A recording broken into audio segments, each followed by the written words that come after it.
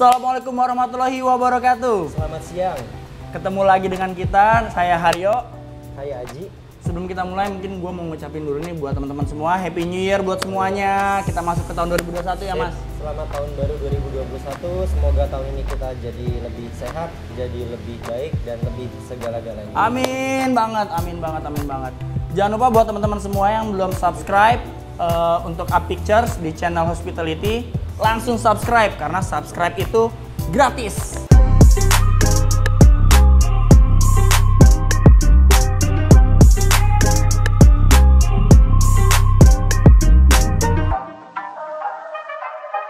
Oke, mungkin kita akan bahas isu yang lagi viral nih. Ya. Jadi kemarin saya sempat baca-baca gitu. Kalau ada beberapa berita yang buat saya menarik. Apa tuh?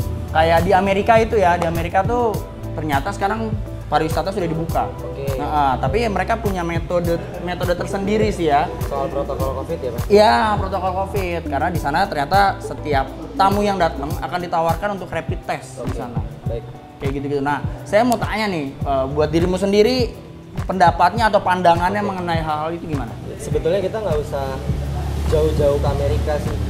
Kalau kita perhatiin mungkin 3-4 bulan terakhir di Indonesia aja itu banyak pariwisata udah dibuka. Iya sih. Villa di Bali, hotel di Bali, mereka udah buka sebetulnya. Hanya pertama ada pembatasan kapasitas. Kedua, ketika kita mau masuk itu memang ada sejumlah dokumen yang harus kita bawa sebagai bukti bahwa kita itu negatif COVID atau minimal non reaktif saat itu. Oke. Nah, sekarang gimana kalau misalnya kita bahas Amerika? Saya sih terus terang nggak berani bicara jauh karena saya tidak tinggal di sana, Mas. Iya sih.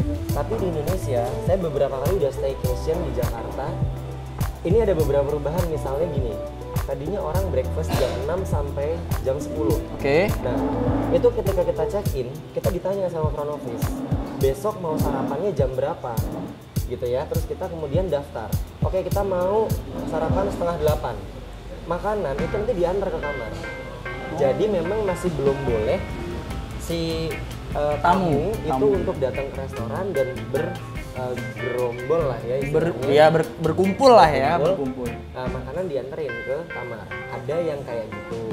Jadi kadang-kadang apa yang kita baca di media sama apa yang kita lihat Kenyataan di ya. itu berbeda sih. Itu sih yang bisa saya simpulkan. Jadi banyak tempat lah, ini kita lagi di cafe gitu ya, kita bisa lihat. Ini kita namanya apa? Cafe Dado. Kita betul lagi Cafe Dado nih. Iya betul. Jadi di sini pun juga udah banyak yang nongkrong gitu, walaupun tetap bangku yang tadinya diisi 4, 2 lah. Iya benar. Gitu. Dengan Masih itu ya ada protokol-protokol. Karena kayak kalau nggak nongkrong kita di rumah doang. Indonesia, this is Indonesia. Nongkrong is habit. Kalau gitu saya mau melihat dari sudut pandang yang berbeda. Masalah kalau tadi yang viral di Amerika itu adalah pemberitaan seperti itu kan artinya mereka sudah menginformasikan secara global. Yes. Dimana memang sih di Indonesia memang ternyata pada kenyataannya di lapangan sudah berjalan, tapi kan tidak diinformasikan secara global. Yes. Contoh saya mau jalan-jalan tuh masih takut gitu karena memang tidak ada informasi dari negara bahwa silakan jalan-jalan karena kami akan menerapkan sistem atau menerapkan seperti rapid test di masing-masing tempat wisata gitu. Jadi sebenarnya menurut Mas Aji sendiri, apakah lebih baik kita melakukan ini by experience saja? Jadi dari teman ke teman, udah bisa kok kesini, nanti akan dites. Atau lebih baik pemerintah memberikan informasi tentang bahwa pariwisata kita sudah dibuka loh. Cuma hanya seperti Amerika ya, seperti isunya itu. Jadi diinformasikan bahwa memang sudah ada rapid test di masing-masing tempat gitu atau gimana? Kalau bicara dari pelaku industrinya, saya rasa sih semua orang pasti pengen punya campaign, datang deh ke tempat kita, terus kemudian nginep deh di tempat kita, makan deh di tempat kita. Kamu nggak usah khawatir, kita sudah siapkan protokolernya gitu ya. Nah itu sebenarnya yang harus dilakukan. Nah sekarang kalau kacamata pemerintah sih, saya rasa pemerintah tuh memang harus menjaga. Jadi lebih mending mereka mempublikasikan bahwa jangan dulu ya, tunggu ya sampai vaksinnya tuh datang gitu. Menurut Mas Aji, dengan diadakannya protokol ini, ya pengaruhnya ke dunia F&B itu seperti apa sih? Khususnya kita bicara tentang industri ya, gimana efeknya? Satu yang saya tahu sih sekarang, tadi saya sempat cerita bahwa services F&B yang dilakukan di kamar-kamar hotel kan udah mulai dianterin ke kamar. Yes. Nah itu nanti si makanan tuh di wrap gitu, dibungkus pakai wrapping gitu. Terus kemudian sendok-sendoknya juga emang udah didisinfektan segala macam, udah dibungkus juga, jadi nggak bisa digamblangin kayak dulu gitu. Kalau misalnya dilihat dari bagaimana industri F&B sekarang, kalau dilihat dari pendapatan sih pasti nggak bohong, pasti menurun sih mas. Tapi saya yakin pelaku-pelaku industri F&B dimanapun itu udah mulai menerapkan itu sih demi keamanan dan kesehatan bersama sebetulnya. Iya, saya setuju mas, karena kayak di sini nih di Kopi Dado ini lokasinya di Kalisari ya. Itu mereka sendiri sudah menyiapkan kayak tadi udah siapin buat cuci tangan di situ. Kita bisa pakai, ada sabunnya juga. Di dalam juga ada hand sanitizer. Jadi mereka juga, tamu tuh juga merasa aman gitu. Dan di dalam kebetulan pakai masker semua. Kita aja nih berdua nih nggak pakai masker, tapi kita udah cuci tangan semua pasti karena setiap masuk tadi diarahin sama teman-teman dari sini untuk tetap cuci tangan, menjaga protokol. Oke, sekarang saya mau bertanya sesuatu nih sama Mas Aji nih. Kan banyak sekali hotel-hotel yang akhirnya dijadikan tempat karantina. Karena kan jumlah pasien yang semakin membludak sehingga rumah sakit tidak bisa menampung lagi. Nah, pasiennya kan sudah masuk ke dalam hotel itu. Iya nggak? Nah, sekarang dari sisi F&B nih ya, itu dari sisi hospitality lah, kita bicara hospitality. Ini kan amat sangat menakutkan gitu, orang akan takut gitu kan untuk masuk ke dalam hotel itu, di mana di dalamnya banyak sekali pasien COVID gitu. Nah, apakah ini berpengaruhnya sampai pada tahap apa sih untuk F&B-nya tuh di hotel itu? Oke, ini ada banyak banget kacamata yang bisa dilihat sih mas. Kalau bicara hotel yang sudah dijadikan tempat karantina, saya yakin orang biasa, dalam artian bukan pasien gitu ya, pasti dalam jangka waktu tertentu tidak akan mau ke situ. Makanya hotel-hotel itu kan biasanya punya sistem kerjasama dengan mungkin pemerintah. Berapa lama nih hotel saya dijadikan tempat karantina? Terus kemudian saya yakin ya beberapa hotel itu juga pasti tetap melakukan protokolnya sih, sehingga mereka bisa memastikan ketika nanti jangka waktu terakhir kamarnya digunakan untuk karantina saya buat karantina itulah ya. Terus kemudian dibuka kembali untuk publik, bisa dibilang udah nggak ada lagi deh tuh corona, karena mereka punya jangka waktu yang mungkin mereka tentunya lebih tahu. Kan kita juga sama-sama tahu misalnya kayak corona itu atau virusnya itu sendiri dalam 14 hari gitu kan, berarti mungkin hotel itu akan 14 hari tidak dinonaktifkan dulu setelah jangka waktu terakhir untuk orang luar ya. Itu mas. Nah gini mas, kalau kita bicara tentang protokol, berarti ada sistem yang berubah, berubah ya. Iya. Betul. Kebetulan, bukan secara kebetulan ya, pasti akan ada biaya tambahan yang tadinya nggak perlu nyiapin wastafel, jadi nyiapin wastafel. Yang tadinya nggak perlu nyiapin sabun, hand sanitizer. Dan mereka nggak mungkin kan beli cuma yang kecil, pasti akan beli yang gede gitu. Itu kan budget gitu ya. Nah itu gimana pandangan Mas Aji?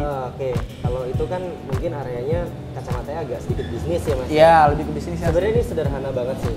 Kalau pelaku bisnis ditawarkan sama dua pilihan, bisnismu tutup sama sekali, atau kamu tambah budget untuk protokol kesehatan, tapi kamu boleh buka. Saya rasa pelaku bisnis pasti akan memilih yang kedua. Lalu kemudian menyiasatinya bagaimana? Wah, saya nambah wastafel, saya nambah hand sanitizer dan sebagainya, masker misalnya. Tapi angka ini dari mana dapatnya? Banyak yang shifting atau moving to online. Menurut saya salah satu kayak mungkin Kopi Dado yang tempat kita sekarang, atau mungkin beberapa resto yang tadinya belum online kan akhirnya mau nggak online kan? Jadi akhirnya bisa lah biaya yang dikeluarkan untuk cuci tangan dan sebagainya sekarang lebih berkolaborasi lagi dengan misalnya transportasi online untuk pengantaran makanan. Bener banget gitu kan, atau mungkin apalagi ya kalau nggak online ya sekarang mungkin penambahan varian makanan, penambahan varian menunya misalnya, itu yang bikin orang lain minimal nih ya, kalau dia kena jam malam dan tidak boleh makan di tempatnya, dia bisa deh nyobain varian baru itu bawa pulang. Dia tetap datang, dia tetap datang cuci tangan dan sebagainya, dia order, makanan dibawa pulang gitu kan ya. Oke Mas Aji, kita ke pertanyaan paling pamungkas nih. Dari semua apa yang udah kita dengar tadi, segala penjelasan, menurut Mas Aji, dari kacamatanya Mas Aji, lebih baik kita istirahat dulu dari dunia F&B, artinya secara bisnis ya, F&B secara bisnis, lebih baik kita istirahat dulu atau kita menjalankan protokol yang ada gitu. Oke, buat saya pribadi, iya, dan beberapa saya yakin sih pelaku industri F&B ataupun hospitality, kalau ditanya begitu jawabannya cuma satu sih, go ahead. Udah nggak ada lagi waktu istirahat. Kenapa? Karena kita sudah pernah mandek Mas. Kita dihantam pandemi Maret, April, Mei, dan mungkin Juni ya, dan baru bisa running Juli, 4 bulan.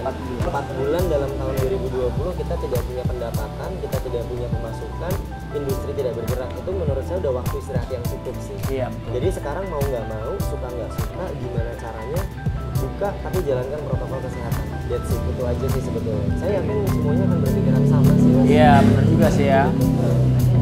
Oke, mungkin dari hasil obrolan kita hari ini bisa saya simpulkan kalau kita bicara masalah F&B di masa pandemi ini, mungkin Indonesia juga bisa mencontoh ya Amerika untuk bisa istilah menggaranti warganya bahwa tidak apa-apa kita melakukan wisata, karena dari bidang apa sih? Bidang pariwisata ya, bidang pariwisata sendiri sudah menyiapkan mitigasi atau pencegahan berupa protokol. Seperti itu. Dan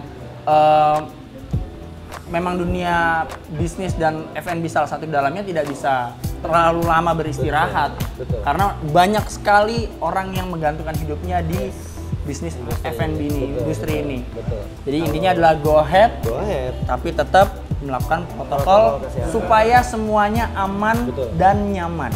Iya. Gitu ya. Lebih penting. Oke deh. Thank you banget Mas Aji, hari ini kita seru sih. Seru banget ya. Buat teman-teman semua, sekali lagi diingatkan. Sekali lagi kita ingetin, saya kayak diingatin kayak guru. Oke. Sekali lagi kita mau sampaikan ke teman-teman bahwa jangan lupa untuk tapi kita emang guru sih di luar video ini, kita guru sih, betul kan Mas? Jangan bocor-bocorin. Iya. Nanti cari tahu tentang kita sendiri lah ya, kita guru kok. Nanti akan kita buka di episode selanjutnya yang entah kapan. Jadi silakan untuk subscribe Apictures untuk channel hospitality-nya, dan juga jangan lupa tekan tombol lonceng untuk mendapatkan notif setiap kali kita akan melakukan upload video. Dan jangan lupa untuk like, mungkin bisa di-share ke teman-temannya, dan juga jangan lupa komen. Jangan lupa komen supaya kita juga bisa tahu tanggapan dari teman-teman semua mengenai apa yang kita bicarakan. Siapa tahu bisa jadi bahan buat kita untuk kita bahas di sini. Oke, sampai ketemu lagi ya teman-teman semua.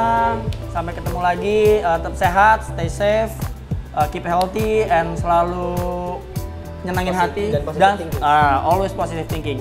See you, assalamualaikum, bye bye.